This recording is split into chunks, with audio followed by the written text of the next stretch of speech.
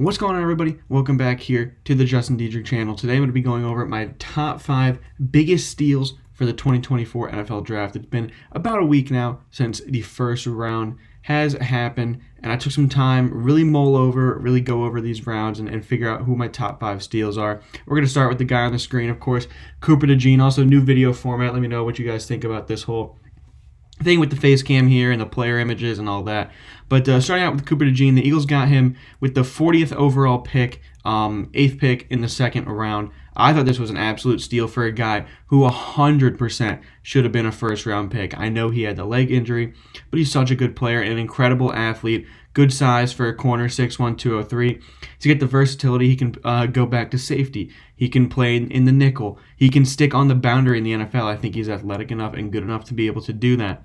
Really good player. As you can see here, ESPN had him ranked as a third corner, 19th overall player, and the Eagles got him at 40. For me, he was a top 30 player. You got him at 40. Still a steal. I think the Eagles absolutely nailed this draft, but you'll hear about that in a later video where I'm going to be grading every single team's draft class. But for now, the Eagles got a major steal with Cooper DeGenne. Next, sticking in the second round is going to be Ennis Rakestraw for the Detroit Lions. They got him at pick 61, the 29th overall pick in the second round. Rakestraw was a top 30 player for me. I mean, this dude is incredible. Really good cover skills. Maybe a little bit undersized for the position. 5'11" to 183 is what they have him listed at. So could have contributed to the reason he fell. But I really like this dude. Great ball skills. He's instinctive. He's great in coverage. Just the ability to read the receivers at their break point is really well developed, well refined. He's a really good corner. I think the Lions got a day one instant starter, instant impact player here in the second round. And I know it may not be the biggest steal, the second round. Still, you find very good players, contributors, sometimes even stars in the second round. But when you get a guy who's so good and a top 30 player for me like Rakestraw here at pick 61, almost double where I had him on my board, that's a steal. Now here in the fourth round with the Kansas City Chiefs taking Jaden Hicks with the 133rd overall pick, 33rd pick in the fourth round. This is a massive steal for me. ESPN here had him ranked as a 59th overall player. I had him as a top 50 player. He was my safety number 1 in this class, and I'm not really sure why he fell. He's a good athlete, good size, 6'2", 211 they have him listed at. I think he's really good as a nickel corner, as a slot corner. He's able to play there. He's an amazing box safety. He's instinctual, hits very hard, great tackling. But he's also good in coverage, right? He didn't have any issues. He was able to drop into the short zones. And you may think, oh, box safety might not be able to play over the top. But Jaden Hicks is really good over the top. I think he's going to be able to stick and be able to play in a bunch of different situations and areas on the field for the Chiefs. I do think he could be an over-the-top deep safety. I do think he could be a box. I do think he could be a slot nickel corner.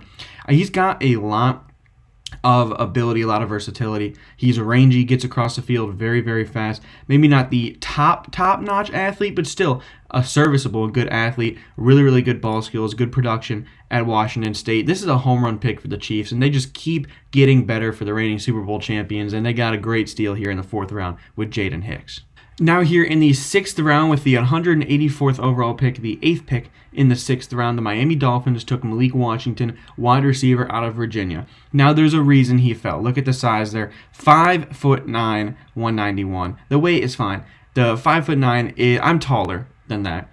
It's a little bit concerning for NFL wide receiver, but listen, this dude is amazing. Let's say here, he led the FBS and broke the ACC single-season record with 110 catches. Really good hands. He doesn't drop the football on tape.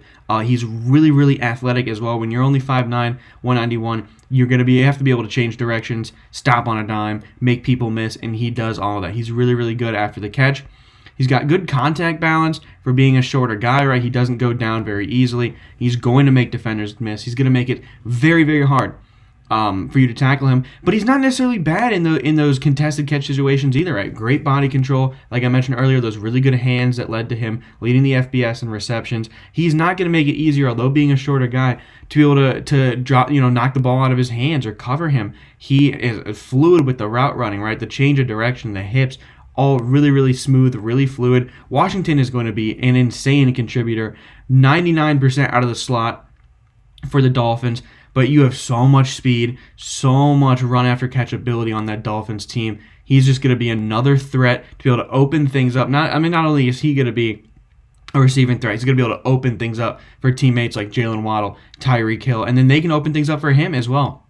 Just to get another guy who is so good with the football in his hands and so fast. This is such a steal here in the 6th. I thought he really could have gone in the 3rd or the 4th. And the last one here I'm going to talk about is also in the 6th round, the back end of the 6th round at pick 205, 29th in the 6th round to the Houston Texans, is Jahar Jordan. I really like this guy as a player. I'm not sure. Teams were a little bit lower on him than I was. I had him as one of my top 8 running backs. I know that might sound crazy, but he's really good.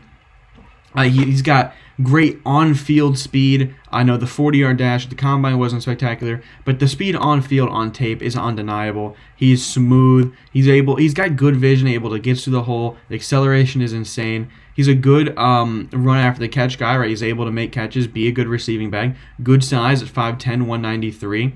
He returned kickoffs as well, so he's just a versatile weapon. Got to be able to do a lot of things on the field in the NFL, and Jahar Jordan does that. If you're one-on-one with a defensive back, and Jahar Jordan's your running back, the defensive back is missing the tackle. Jordan is not going to make that guy miss. He's so good at keeping the momentum when making moves as well. I really think Jordan as a contributor, as maybe not an RB1 in the league, but as RB2 in a running back by committee, or even a split RB1 in running back by committee. This dude has crazy potential. I thought maybe he could have stayed at school for one more year.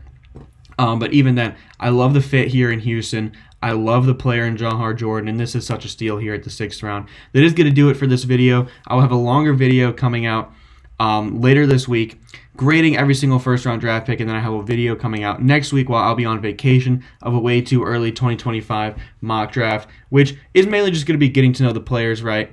At this point, we can't really predict much, but I'll have that coming your way as well. So you're not going to want to miss those. You're going to want to turn on those post notifications and then subscribe so you don't miss any of the upcoming videos, draft content, and the draft may be coming to an end, but content is still going to be in full force. We're going to get a little bit of NBA draft content, a lot of college football content when that comes. So yeah, you're going to want to stay tuned for those videos, and I'll see you all in the next episode.